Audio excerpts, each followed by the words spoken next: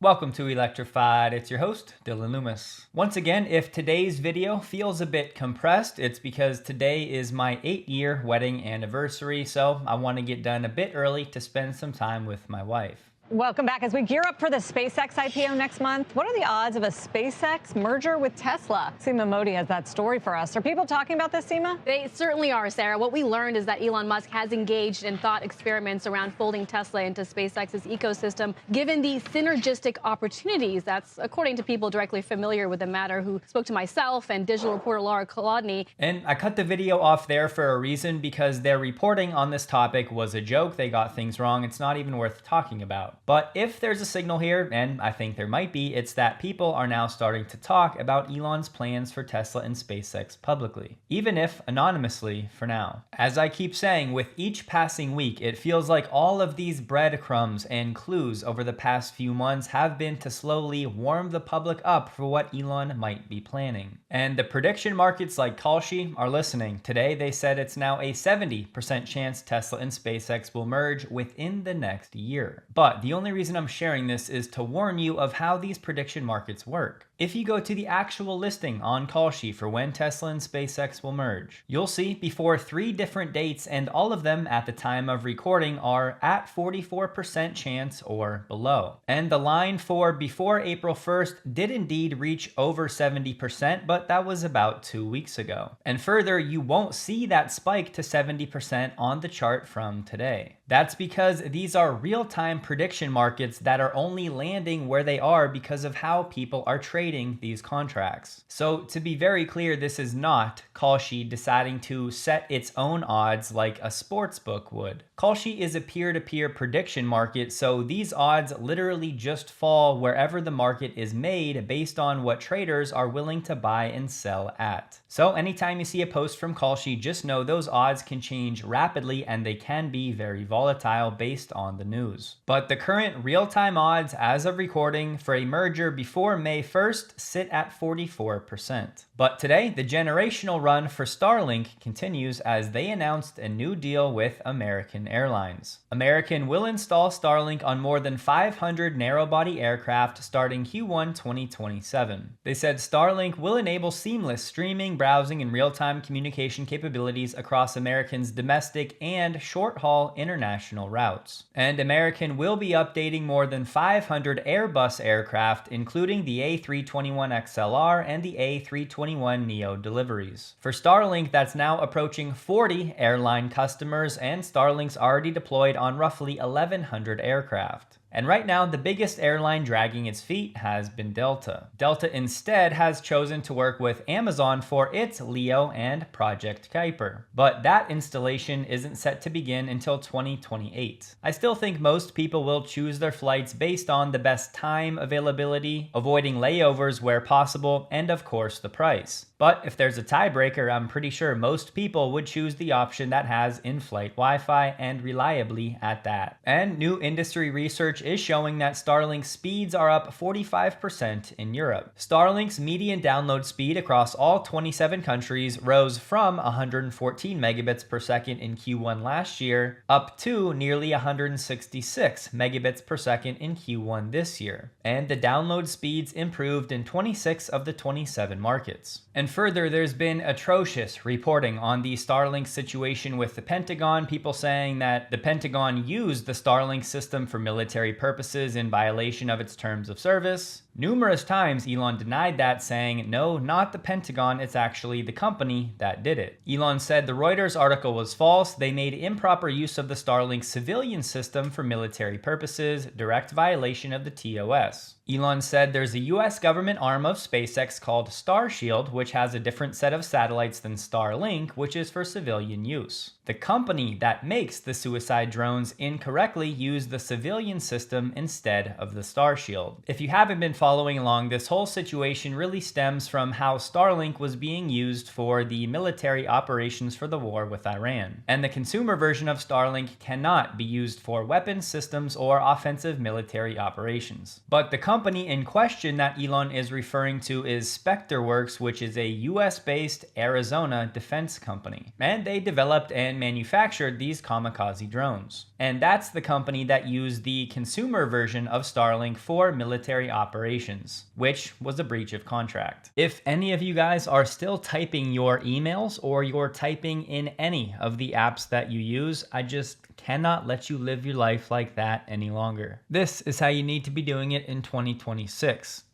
Hey Miguel, before you come up Thursday, can you bring my speaker, my golf shoes, my Tesla blanket, and the SpaceX rocket that Elon signed for me? I can't wait to see you. It really has been way too long. I'll see you around 1 o'clock. Oh wait, I'll see you around 2:30. See you soon, Broseph Stalin. Boom. Look at that. And that's all thanks to Whisperflow, the sponsor of this video, that I am over the moon about because I've been using this for months. First try, it gets the name right. It removes my error. It removes my and all of those filler words. And it was smart enough to only include the correct time. So it writes not just what I said, but what I meant. And if you're like me and have weird nicknames for your friends and family, you can add those into the custom dictionary so Whisperflow learns your lingo. And Whisperflow is far superior to built-in dictation because again, it corrects your errors. Here's the built-in dictation. I want all of the most pertinent Elon Musk news for the past month. Actually, no, sorry, I meant to say for the past 48 hours. So that's standard dictation. It leaves the error in there and your prompt is going to be subpar because the context is not as clear. And here's the same sentence with Whisperflow. I want all of the most pertinent Elon Musk news for the past month. Actually, no, sorry, I meant to say for the past 48 hours. Boom. Did you see how fast that was? Lightning fast, and it's perfect. Remove the error and says what I meant. I'm telling you, this has saved me so much time and I enjoy the process so much more, but here's an example. I have a paragraph on my laptop that I'm gonna time myself typing to see how long it takes. Ready, set, go.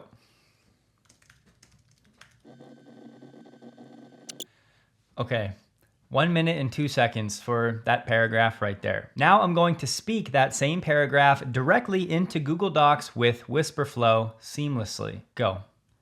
I need a detailed research report on...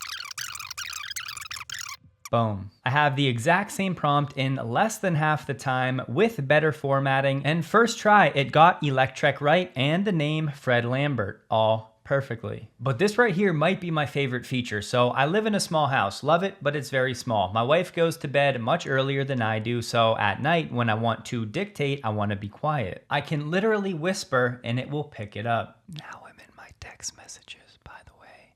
Don't forget to send Iola Hughes from Benchmark Mineral Intelligence a thank you note for coming on the channel. Guys, look at that. Come on, just whispering. And note how this is now not formatted. That's because when I send text messages, I use no formatting and I can set that as a setting in Whisperflow. So depending on whatever app I'm using it in, it'll have the formatting I want. And guys, what do you know? It got Iola Hughes' name perfectly the first time with nothing added to the dictionary. And check this out. I have this super long prompt that I generated with Grok that I reuse all the time for my health history. So I'll copy all of that. Then I open Whisperflow and go to snippets, add a new one. I'll paste that super long prompt and then create the snippet. I'll call it the Grok health prompt and add snippet. And so now I'm on Perplexity Computer and I can just say Grok health prompt.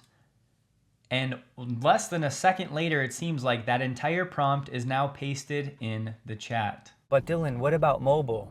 Oh boy, am I glad you asked. Click one button, pulls it up. Again, you can start the flow or you can choose your tone, formal, casual, very casual, excited. I go very casual, click start flow. Hey, just wanted to show the audience how sick this Whisperflow is. So I'm gonna tell you a few things that I need while you're at Wegmans. So can you get blueberries, dates, my avocado chips, some milk, some more eggs, and something chocolate because I'm pretty hungry. Actually, you know what?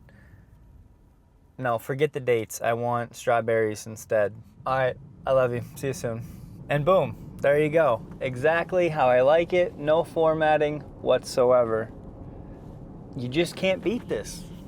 It's so cool. I mean, it's crazy. It literally removed the dates, didn't have dates on the list at all, so my wife's not confused, replaced it with strawberries, spelled everything perfectly.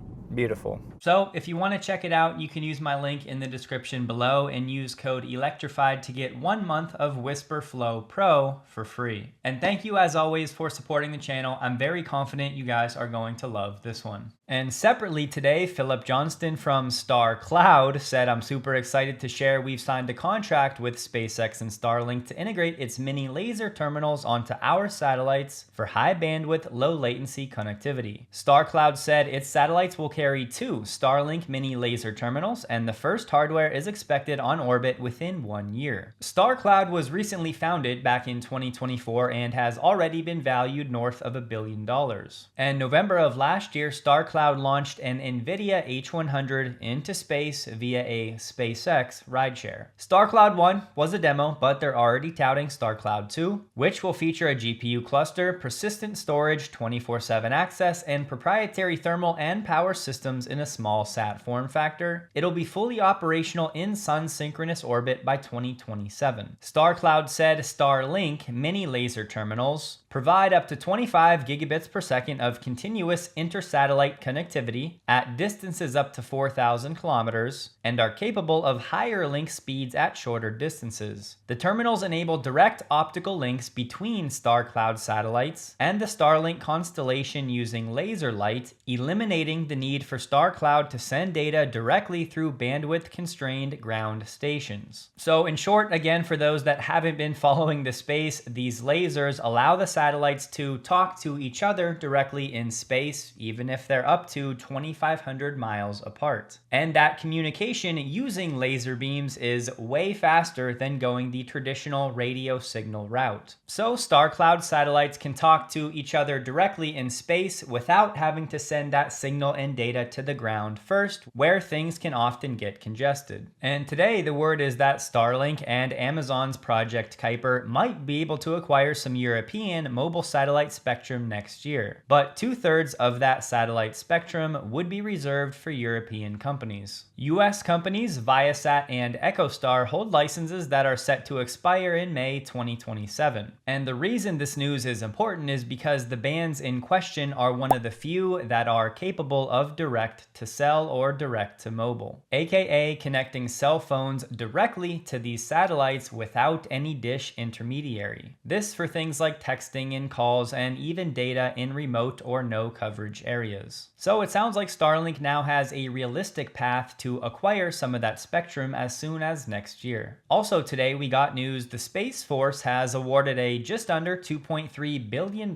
firm fixed price agreement to SpaceX for this SDN backbone, which is the Space Data Network, which acts as a core communications layer for the US Space Force warfighting systems, ensuring our sensors and shooters are connected continuously, globally, and securely. This award will enhance the network with an expanded, optically interconnected mesh of satellites, delivering worldwide tactical communications and broadband communication services. This agreement requires the vendor to deliver a fully operational prototype capability by the end of 2027. And so far, SpaceX is the sole provider of this SDN backbone using its Starshield technology, which is basically the encrypted version of Starlink using these inter-satellite lasers. Plain and simple, this is a multi-billion-dollar, multi-year, long-term agreement for SpaceX to deploy and operate a core piece of the US military's space infrastructure. And if you didn't know, SpaceX already dominates the US national security launches. And now it's transitioning to be central to the data connection layer that everything else is going to operate on. So this really is huge news for SpaceX and is cementing the company as one of the most crucial pieces of the US defense efforts for years to come. And yesterday, responding to Pierre Ferragu, Elon said, "I will present a more detailed AI satellite design in a few weeks." So if you cannot tell, the space race is as hot as it's ever been. And whether we like it or not, this all has big implications for Tesla's long-term future, even if there is no merger. merger. Diamandis said Elon doesn't need to run the best AI model, he needs to control the best hardware. Nvidia is the most valuable company on earth and their models aren't the most popular, the hyperscaler play works. To which Elon said, what you say is true, but nonetheless our AI will be great. Whether it's the best remains to be seen, but I will never give up, never. SpaceX AI is only 3 years old, that's half the age of Anthropic and a quarter the age of OpenAI. Let's see where things stand 3 years from now. SpaceX had achieved nothing of note after 3 years and was written off as dead after 6 years with 3 consecutive launch failures. But you may have noticed that things are different now. And today we have a new granted patent from Tesla. This one featuring a new lens cleaning system. This system includes a camera, a fluid dispenser, a wiper, and a controller. And the controller can determine, based on image quality, that debris is on the lens. And in response, the controller can trigger the fluid dispensing assembly to dispense liquid onto the lens and activate the wiper assembly to remove the debris from the lens. And many of us who live in snowy, salty, dirty climates have been thinking about this solution for a long time. Because yes, for unsupervised autonomy in our regions, something like this will be required. And with this patent, rather than needing a human to operate the wipers, the camera will be able to recognize if it needs a wipe on its own. Now, of course, given Tesla's performance with auto wipers to date, I understand there will be skepticism out there, but perhaps this is something that maybe we see with AI 4.5 that Elon said might be coming next year. And the camera lens itself is spherical, so this wiper blade will of course have to contour around that sphere. So this would add a motorized wiper blade after the spraying of the liquid like Tesla has in its current robotaxi cameras. And Optimus is not named anywhere in this patent, but it's certainly something to watch for in Optimus deployment as well.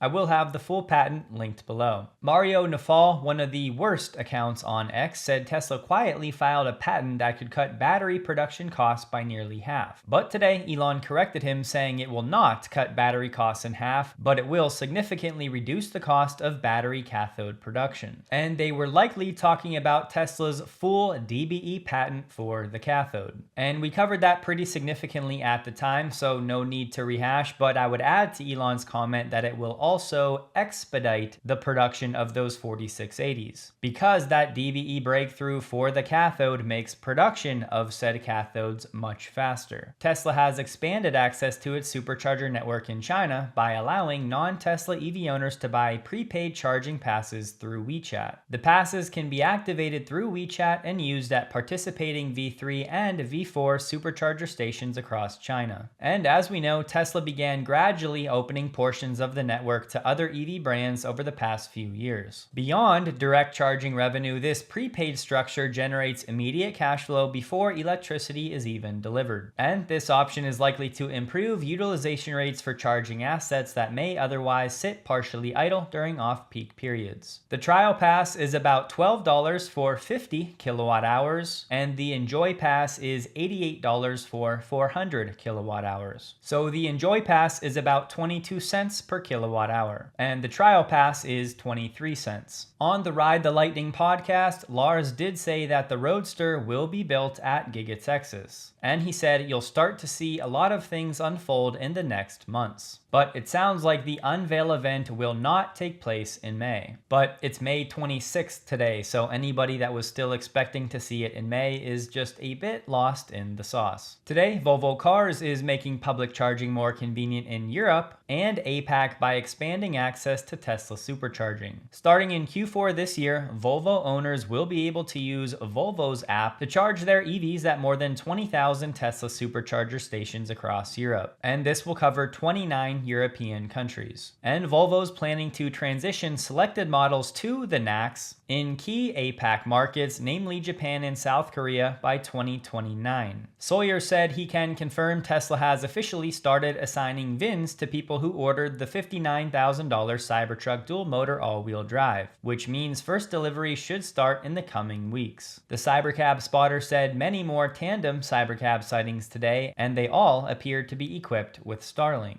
So clearly that was not just a one-off. S.C. Robinson shared some new footage of Cybercab's in Houston, and from this angle you can clearly see 14 cybercabs on site in Houston. The former longtime chairman of Ferrari just said this about their EV reveal. "If I said what I really think, I'd harm Ferrari. We're risking the destruction of a myth. I'm very sorry about that. I hope they at least remove that prancing horse from that car." Personally, I have to admit, I think the design of this car is hideous. But that's not even the worst thing about this vehicle, which is actually the specs at a price point of around $640,000. This is embarrassing for Ferrari in my opinion, and they very clearly do not want to sell this vehicle, and I'm quite confident that by 2028 this vehicle will already be discontinued. And they'll come out and give the reason that our customers just didn't want an electric vehicle. But no, that's not the case. It's just that no one wants 2012 technology at a $640,000 price point with atrocious design. And sure, that's subjective, but I'm certainly not the only one with that opinion. Today, Volterra and Revel have announced they have a new definitive agreement to combine their businesses, creating a next-gen infrastructure platform focused on building, owning, and operating fast charging networks, purpose-built for autonomous vehicles, electric fleets, and ride-hail deployment in dense urban markets. So these will likely not be open for public charging, but specifically for fleets and autonomy. The combined platform is expected to include more than 1,000 charging stalls operational and under development across 11 major US metro markets. When the transaction closes, the combined company will operate under the Volterra name, and the combined company will align market selection, site design, and deployment timing with the needs of fleet and autonomous vehicle customers. So I'm not sure Tesla would route its robotaxis away from superchargers, but for all of the other companies pursuing autonomy, this could be a viable solution for them. And Figure just announced it's signing a commercial agreement with Catalyst Brands to deploy humanoid robots at scale. Catalyst operates iconic brands including JCPenney, Aeropostale, and Brooks Brothers. Figure will start initial deployment in Reno, Nevada. The bots will be deployed into their distribution and logistics network. Figure said by automating routine, repetitive tasks, we're enabling associates to shift toward higher value work. As you would expect, the announcement has been very short on any type of detail. But JCPenney's press release did say Figure's humanoids will first focus on aiding associates in the facility's Joey pouch sorting system sequencing, a state-of-the-art computerized induction sorting and packing system. But sadly, I cannot find anything about pricing or timelines or the scale of this partnership. And Tesla Charging said the first supercharger is now live in Colombia, specifically in Bogota, as always with a pretty slick launch design. Tesla stock closed the day at $433.59, up 1.78%, while the NDX was up 1.76%. The volume was 25% below the average. Don't forget, check out Whisperflow linked below. I'm telling you, the days of typing should be over. Hope you all have a wonderful day, and a huge thank you to all of my Patreon supporters.